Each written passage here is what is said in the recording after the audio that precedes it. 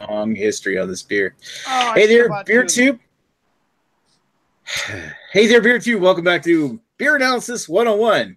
Your host, Maxwell Starr. Oh boy, everybody's excited for this one. We're going to take a look at Czechvar, also known as Budweiser Budvar in Europe, which I think Craig's got a bottle of right now. Anyway, he's holding it up there. Anyway, thanks, guys. All right, so yeah, let's move right along into the panel that we have with us. We'll start off with the bearded one. Hey, Redbeard, how you doing tonight? Not bad. What be going down, people of the panel? Looking forward to trying this beer that I've never had before in my life. Good times. Yay! Well, it's on you. You haven't had it before. Hey, man, it is on me, and I'll live with that, I guess. Yeah. Okay. Next up, we have Lee. How you doing tonight, Lee?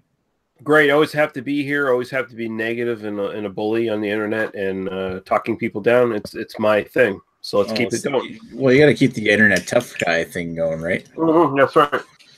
Yeah, exactly. The other one we got from Kent Beer Reviews. We have Craig tonight. How are you doing tonight, Craig? Very well, thank you. All good. Cool. Yep.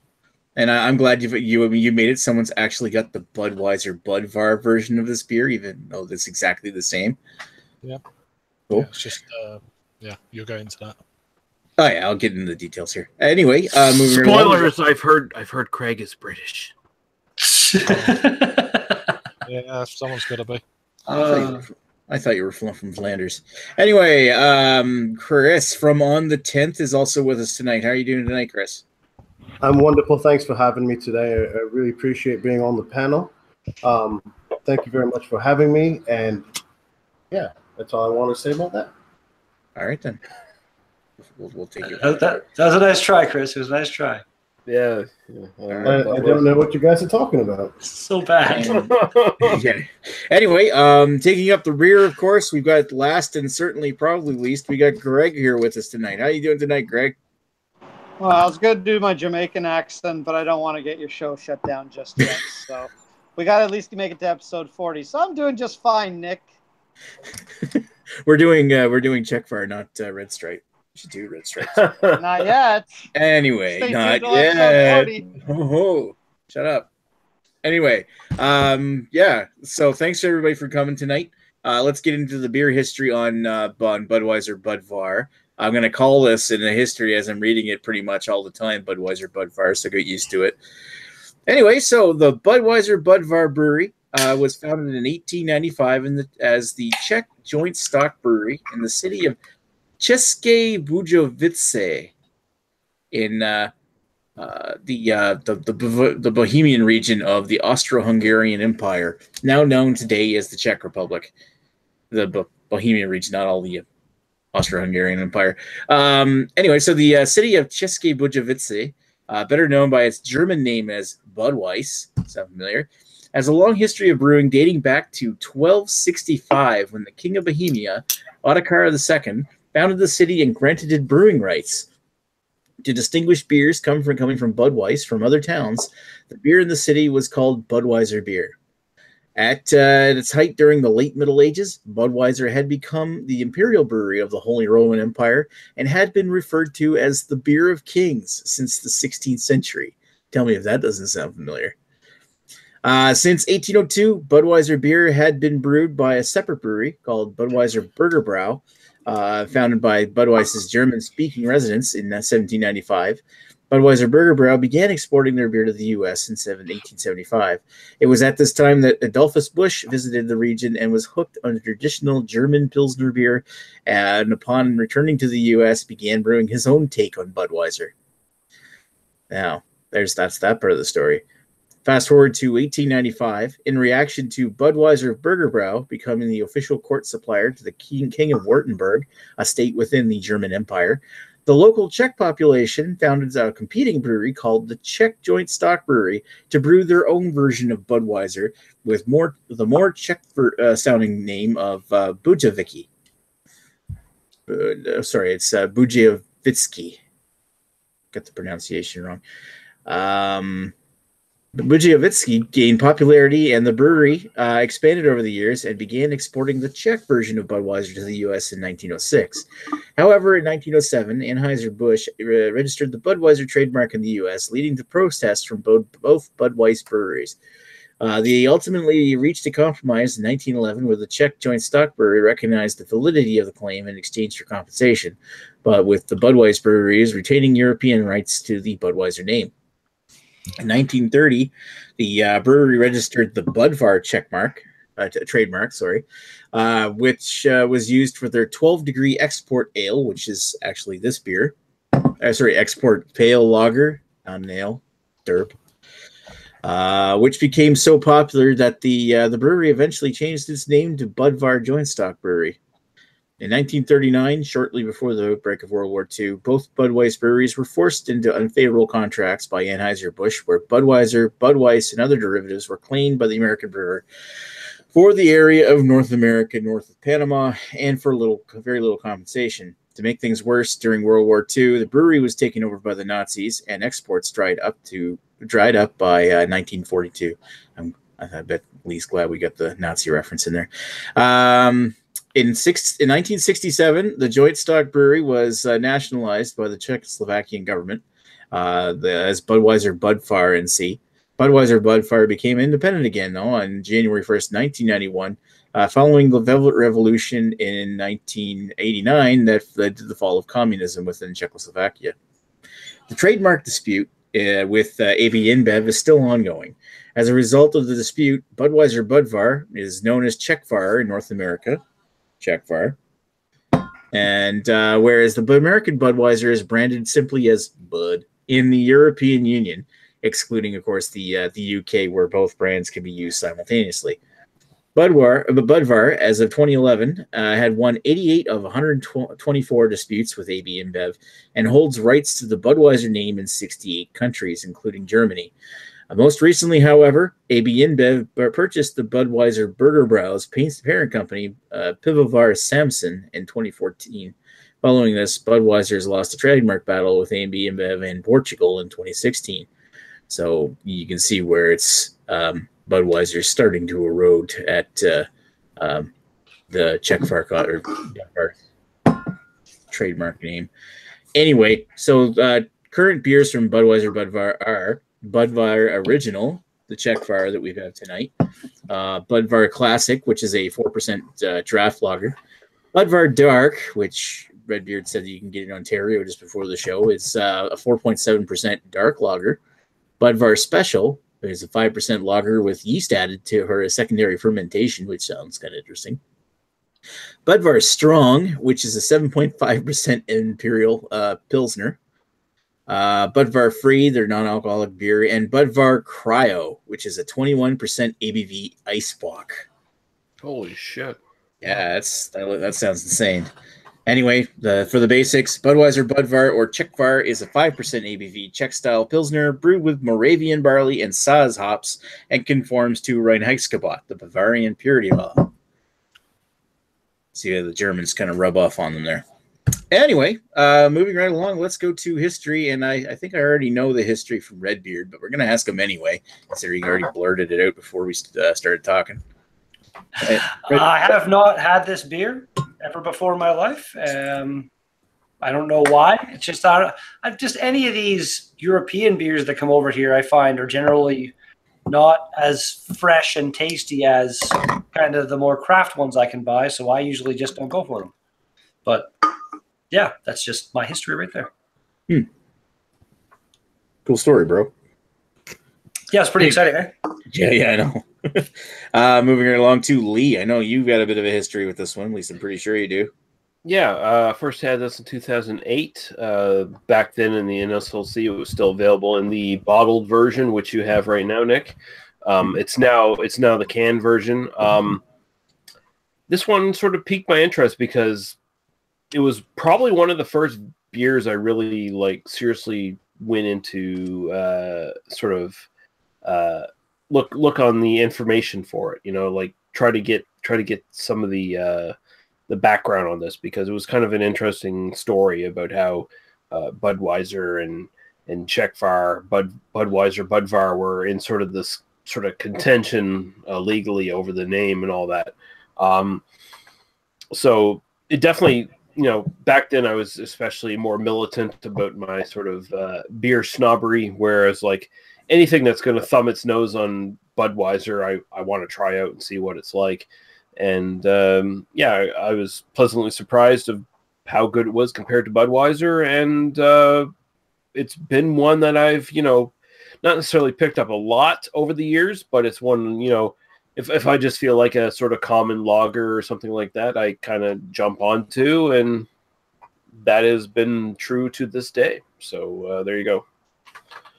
Nice. All right, and moving right along to Craig. Be interested to hear what your history is with Budvar, actually. I've had this a long time, like before untapping and stuff like that. I was more into this kind of style of beer, obviously, well before craft beer, and this was a pleasant one. What I remember back then, I think I took it a bit for granted, being just a lager drinker. But now I've got a bit more of a kind of appreciation for it, and I've had it a few times. I reviewed it a couple of years ago. Less of a baby palate.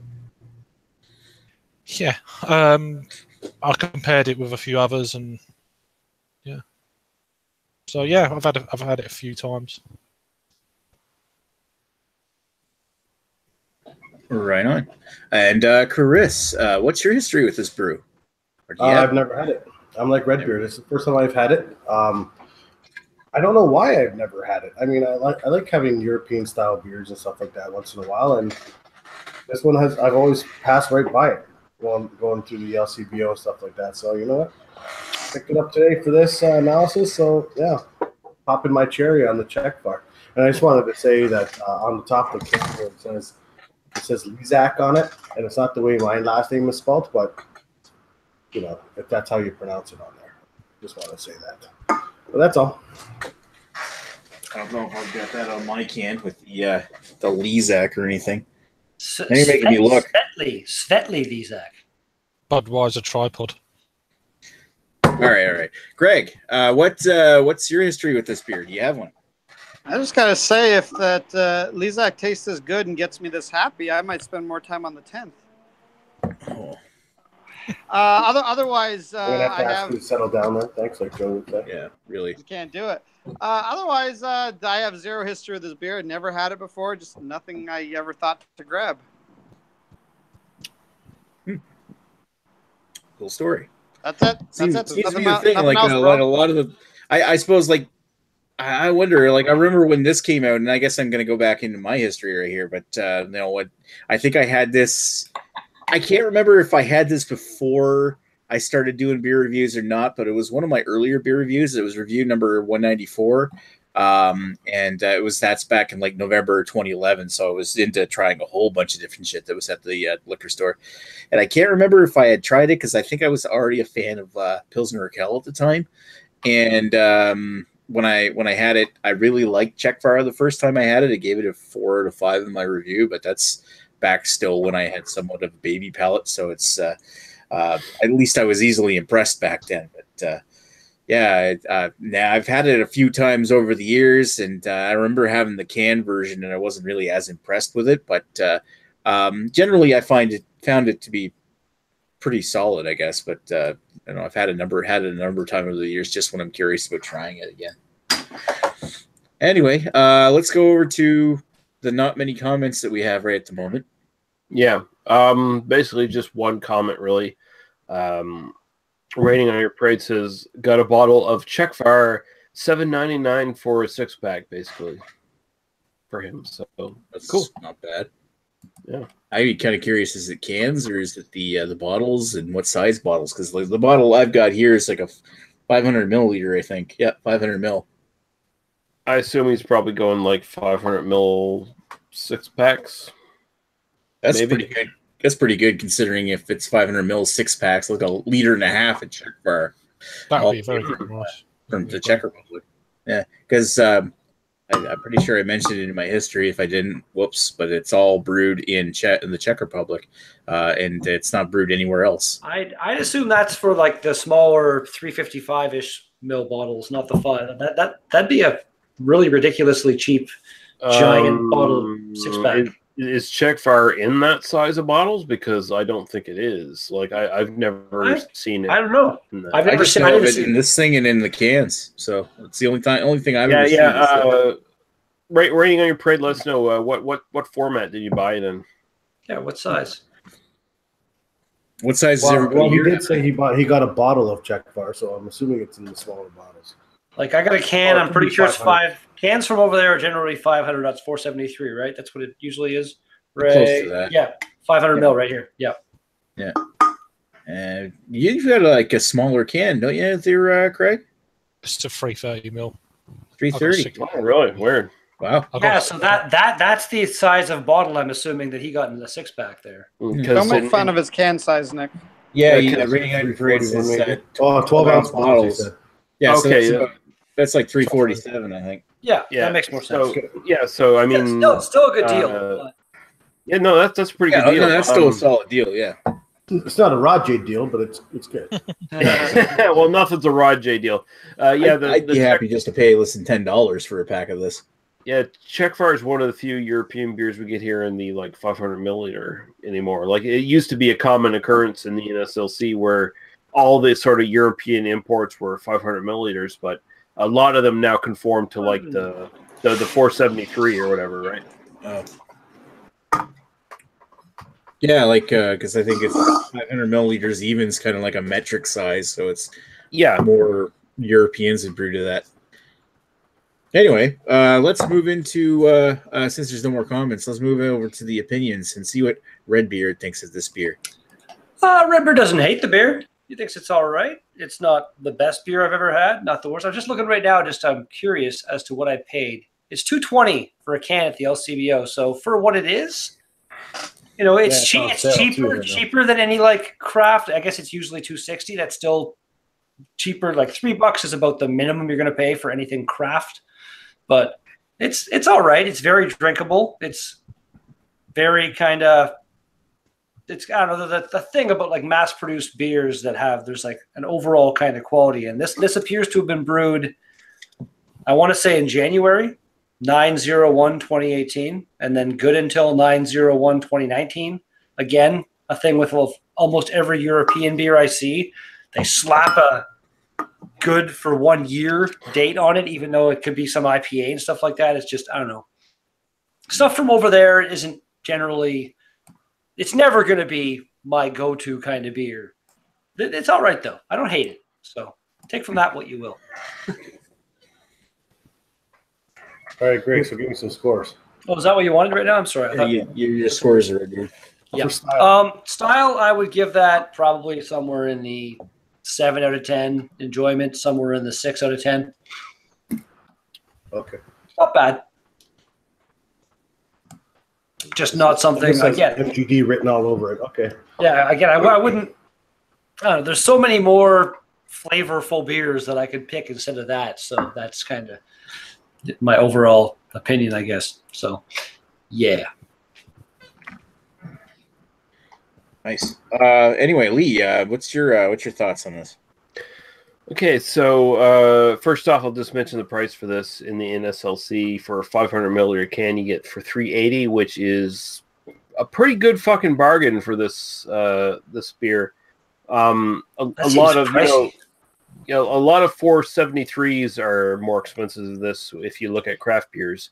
So this, and I would argue the quality of this is somewhere approaching the sort of craft beer stuff you can buy in the 473s for a higher price. So I'll go with that narrative for now. I like it. It's semi-sweet, grainy. It's not a super exciting lager. It's it's not going to explode your fucking taste buds or anything like that. As far as comparing this to Budweiser, far fucking superior than the American Budweiser. I mean, the American Budweiser is just shit compared to this. It really is. Anyone who tells you different is just an apologist and lying, basically, in my opinion. But that being said, it's not great. They sort of classify this as Pilsner style. Not really. This is much.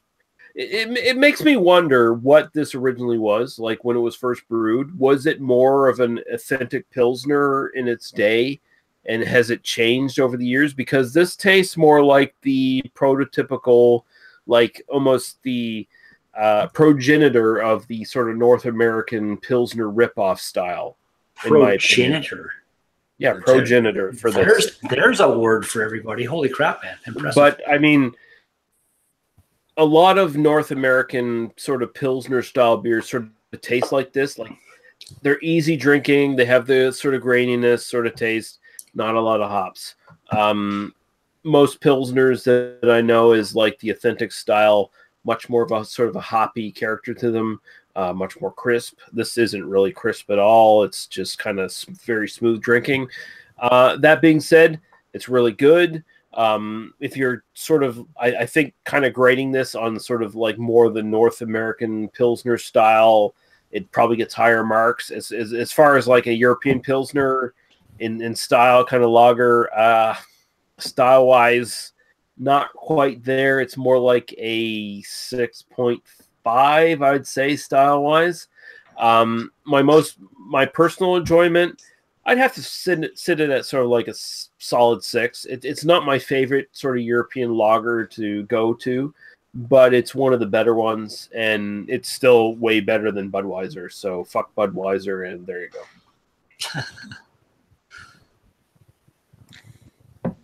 Well, to each their own. And Craig, what's your thoughts on this brew?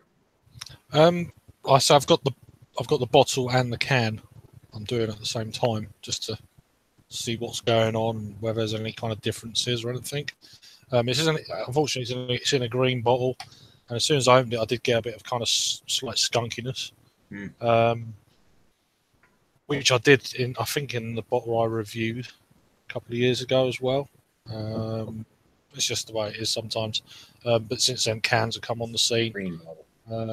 I paid for this £1.65 for the bottle for a 500ml bottle, and £5.75 for a 6-pack of cans. $5.75. So don't you pretty much double what it is between you and us, don't you? Basically. I don't know, to be honest. I think it's less than that. I think it's $1.40 on the dollar. Are you using pounds or euros over there? I don't know exactly what pounds, you're euros. No, there's no euros over. No euros here. Even less so now. But no, I guess pounds is like the one that's worth the most in the world, isn't it? How much did you say it was for the 6-pack there, Craig? $5.75, I think I said. $5.70. That's $10 here. That's it's like more or less double, a little less. Yeah. So that's like That's Jesus. You know.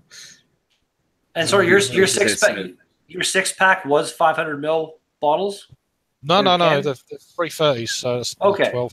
12 fluid. Okay, so still a pretty good deal though. But then the bottle was 500ml, and yeah. But there is I am picking up a difference. It's quite muted. The bottle. I mean, it's okay, but you want a little bit more of that kind of, that SARS hops, which you're not really picking up on this, but you're definitely picking up more in the can. It's a lot more cleaner, crisper. It's got a little bit more flavour, a little bit of zesty lemon notes, a little bit of spicy, peppery, kind of thing. I'm not getting that.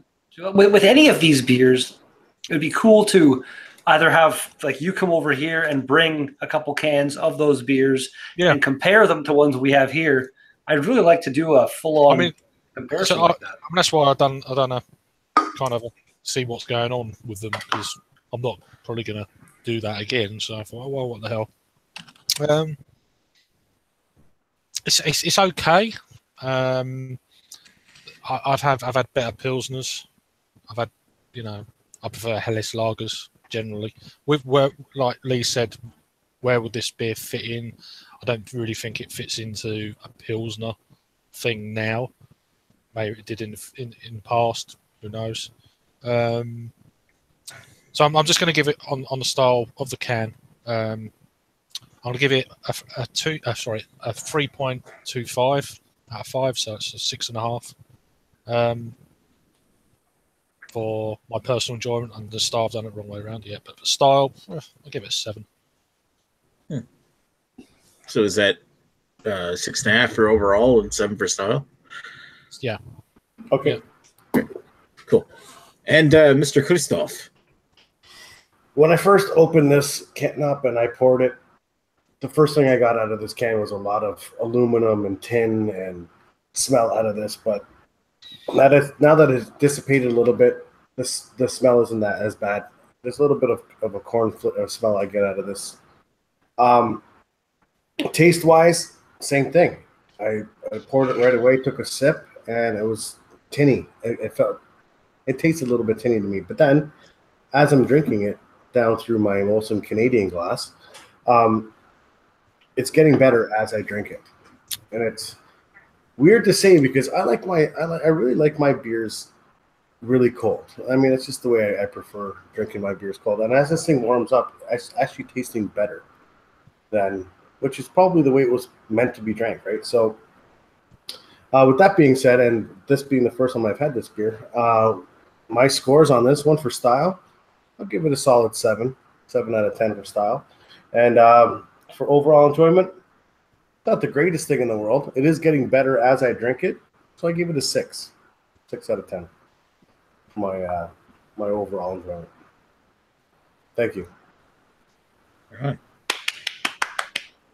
Bravo. And Greg, what are you saying? Am I the only one getting an odd sort of raspberry taste out of this beer? Or am I just crazy? Yes, You're Well, yeah, You're fucking probably- crazy. You can probably smell desserts down the road, I guess. Well, I mean, what I want you guys to tell me I'm crazy, but one at a time. Come on, line up, people. Orderly line, please. You are crazy. Next. Crazy. You know what? Now that raspberry-esque, maybe there's something kind of. Yeah, it's not pure raspberry, but there's a raspberry skewing esque to it. like a tart raspberry. Red beer, don't. Not really don't sweet. I'm not trying to encourage him. I don't know. He said No, it like it don't. imprinted in my mind. There is like don't let him influence your. It's just that Greg trying to get in your head. get out of my head. Hey, Greg, is there an That's ice cream crazy. store down below down there with making fucking raspberry fucking ice cream down there? So what's going on? Well, actually, there is a dessert place just kind of There you go. You're over there a little bit. tainted. I quite like this actually. It's a nice Pilsner. I don't find it overly sweet at all, which I find a lot of Pilsners are too sweet.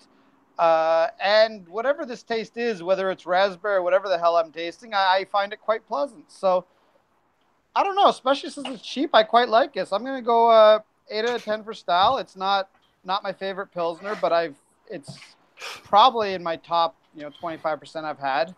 And I'm going to give it 8 overall for enjoyment. I'm quite enjoying this. If I had another can, I would happily drink it. Very nice. Well, you had to go out of your way to get that one, so I don't know if you get other cans. Yeah. You have to go more than 5 minutes. To find it. No. This one I can get easy. It's next week's beer, which we haven't said yet. I know, but still, Because that's we where the haven't even joke. read the comments yet. That's where the joke came in. I was sure you could just get that like anywhere where you live. There's an LCBO right beside my place. I can walk There you go. 30 seconds. Oh, I should go get another one. Good There idea, you Red. You Hey, do that. Yeah. now that you keep saying it, like now I actually get like maybe a hint of that raspberry. After yeah, there's something, eh? I'm like it's like Motherfucker. balance between the pepperiness and the the hint, like that hint of grassy skunk kind of thing that's going on, as well as the sweetness. No, all I three of only you are see wrong. it because you've been talking about it. Honestly, Mike, the tasting notes that I wrote down for this one were there's a hint of skunk. I'm getting a little bit of chocolate and coffee in mine. Can I talk now? I got the right to mute you. Did anyone get like the caramel flavors I was getting out of this? The Viva Puff kind of thing. Shut up. All right, so yeah, I said there was maybe a hint of skunk to the nose. It's herbal, grassy, peppery, very like a light sweetness to it, and it's also somewhat bready, like white bread, kind of like that white bread But one thing I do find about this, and the thing I'm enjoying the most about this, is that, like, for example, I had one of these a couple weeks ago in the bottle, and I had it, and it wasn't cold, and I wasn't nearly as impressed with it as I am tonight, because I'm drinking it now closer to closer to fridge temperature. Like, I took this out 10-15 minutes before the show. Oh, excuse me.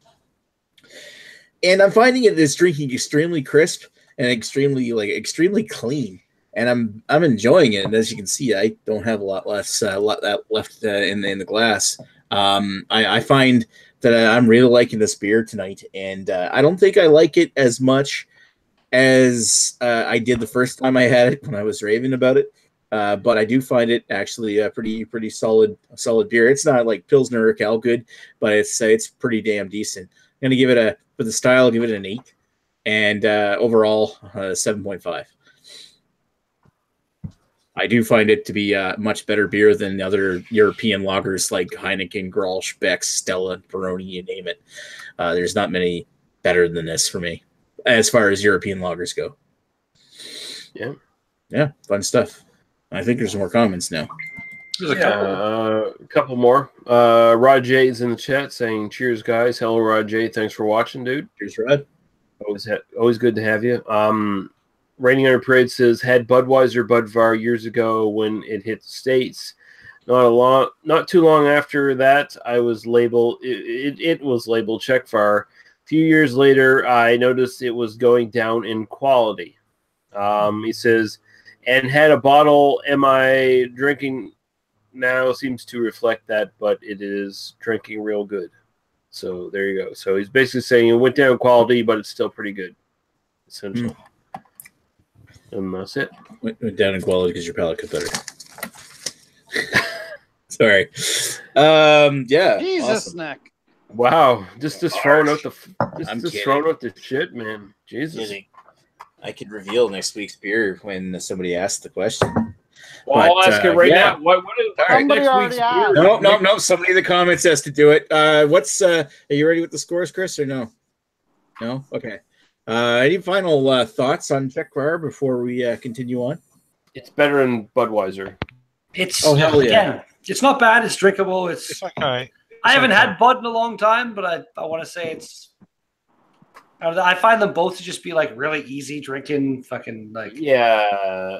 And honestly, it depends on what you want, because I mean, if you want to get realistic about this, Budweiser is definitely much more highly carbonated than this beer is, so it's much more crisper.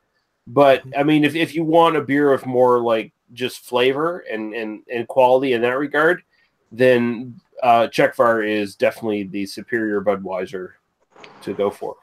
Oh, Like I don't even. yes. Quite frankly, I don't even know why. Like I understand why they're being discussed together, but they really shouldn't be. Like they're two completely different beers. Like this is actually a good lager. You know, I think we all agree it's a good. Like this is the actual lager from Budweis. So Whereas, it's not bad. It's pretty good. Whereas, like Budweiser's basically like you're at a wedding, they got Molson Canadian or Budweiser, you go for the Budweiser, but it's still not good. It's just something to drink.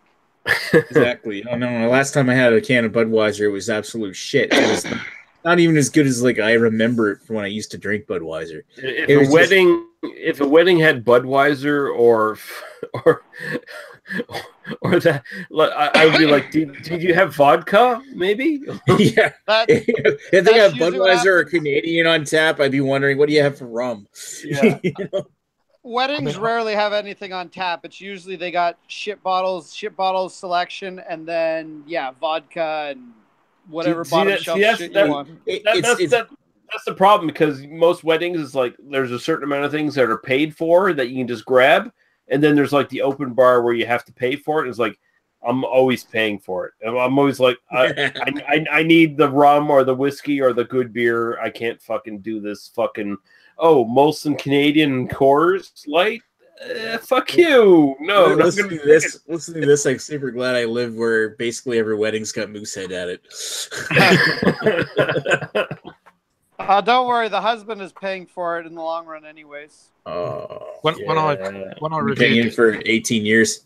When I reviewed this beer, I actually preferred this over Pilsner Akel Believe I'm not going to be able to talk to you anymore, Craig. Just saying. I know. It's good. It's I'll be honest. I have always been disappointed by Pilsner Urquell. I don't know if it's just because I don't get it terribly fresh here, but I've never been that impressed by it. I'd love to try a fresh one. I just want to say right now, let's kick Greg out of the Facebook group. He's out. You should kick me out for a lot of reasons. All right. Speaking of kicking out, let's kick out those scores, Chris. Let's go. Oh, nice segue. What's the segue? It's my turn. Oh my God, I'm being featured. Hi, everybody. Hi. Listen. Today's scores are brought to you by the Physics Way Tap. That's right. I sonicate the shit out of everything. Holy fuck. That's pretty good. That's pretty good. Brought to you by Physics Way Tap. They could actually get mad at you for that, though. If they No, they're going to pay us money. Yeah, they're going to get money. They better. You fucking better pay me goddamn money.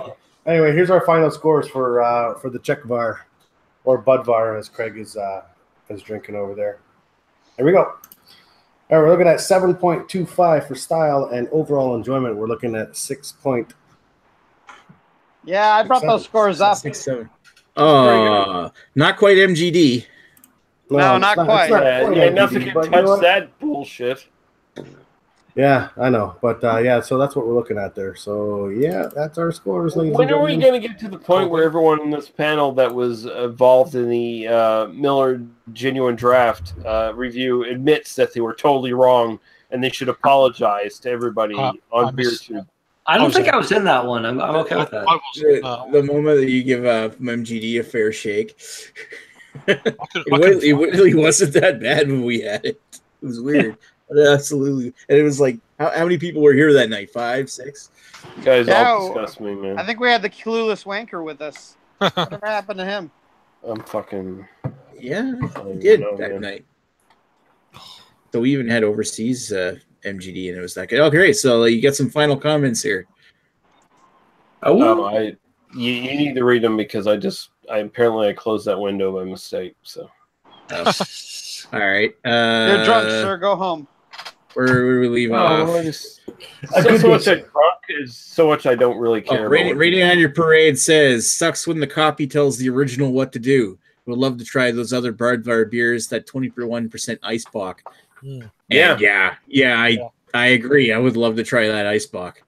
Honestly, I'd like to try all their shit, like their dark and all that shit. Like, sounds interesting. But then let's scroll down. Question. The all-important question, Rating on Your Parade, has asked the question tonight. What is next week's beer? We are going to do something special for episode 40. And because all the guys up in Ontario and me can get this, and probably some of the people in the States, we're going to look at Omegang Hennepin Saison. Ooh. And I hope it's good. I'm not going to be here next week. Yeah. I hope it's good because I paid $16 for that little fucker. Whoa, anyway, holy Christ. It's not that expensive in Ontario. It's like $10, but not that expensive in Ontario. No one else can get it. Yeah, right.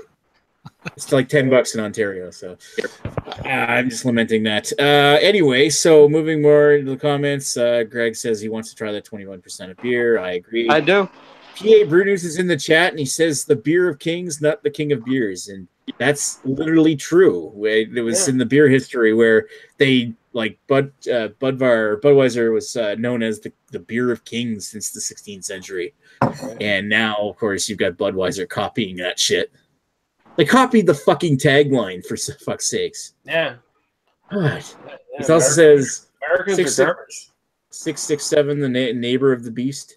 The neighbor of the beast, which the actual score was 6.66, but I had to round it up. Oh, shit. Oh, shit. And PA Brutus is still not alternating more macro. No, we're actually going to do something a little bit more crafty next week because it's available for all of us. Anyway, not me. Not all of us. Sorry. We'll find something that's available for everybody in episode 50. Anyway, I feel great about it. Yeah. We got a bit more preparation for that one. Fucking dicks. Sorry. Anyway, moving right along. Any final thoughts on Czechvar before we kick out of here? I didn't Drink mind it before you drink Budweiser. Yeah, Actually, that's the first a time good drinking point. it, I did not mind this beer. It got better over time. I have another can of it, so I'll probably drink it later. And that's actually one thing I was thinking. Like I've had this in the can before. Like for a while, this was available in can only around here, and I didn't like it as much in the can as I do in the bottle. And I think maybe it's because I actually kind of like that little light Eurofunk skunk kind of thing in it. Just a little touch of it, not overwhelmingly dominating the beer. Just adds a little character to it. One thing I do want to say though about this bottle is that this thing was absolutely fresh. Like this hadn't even been out on the floor. I just walked in the liquor store and asked the guy, "Yeah, Czechvar?" I said, "I got some out back." All right. Oh yeah, that sounds legit. Yeah. No, he pulled it right out of his out of the Your toilet. name is Tripod, right? Come on in the back. Oh, all right. Just let me fill it up for you. Oh. No, it wasn't that bad. Oh. I liked it. I still gave it an 8 out of 10 for the for their style. And anybody else? Nah. The show is over. We're over it, and we're getting over it. All right, so thanks for everybody for watching tonight. We'll probably do a little after hangout here and see what everybody else is drinking, and we'll go live shortly. So I want to thank everybody for watching Beer Analysis 101 tonight. Thanks, Redbeard. Thanks, Lee, Craig, Chris, Greg. They're all coming up on Beer Analysis 101 tonight. I hope to see most of you people next week. And also, actually, I hope to see all of you people in a few minutes. So we'll talk to you folks later. Oh, yeah. Yes, Peace out. Penis. Penis. Bye.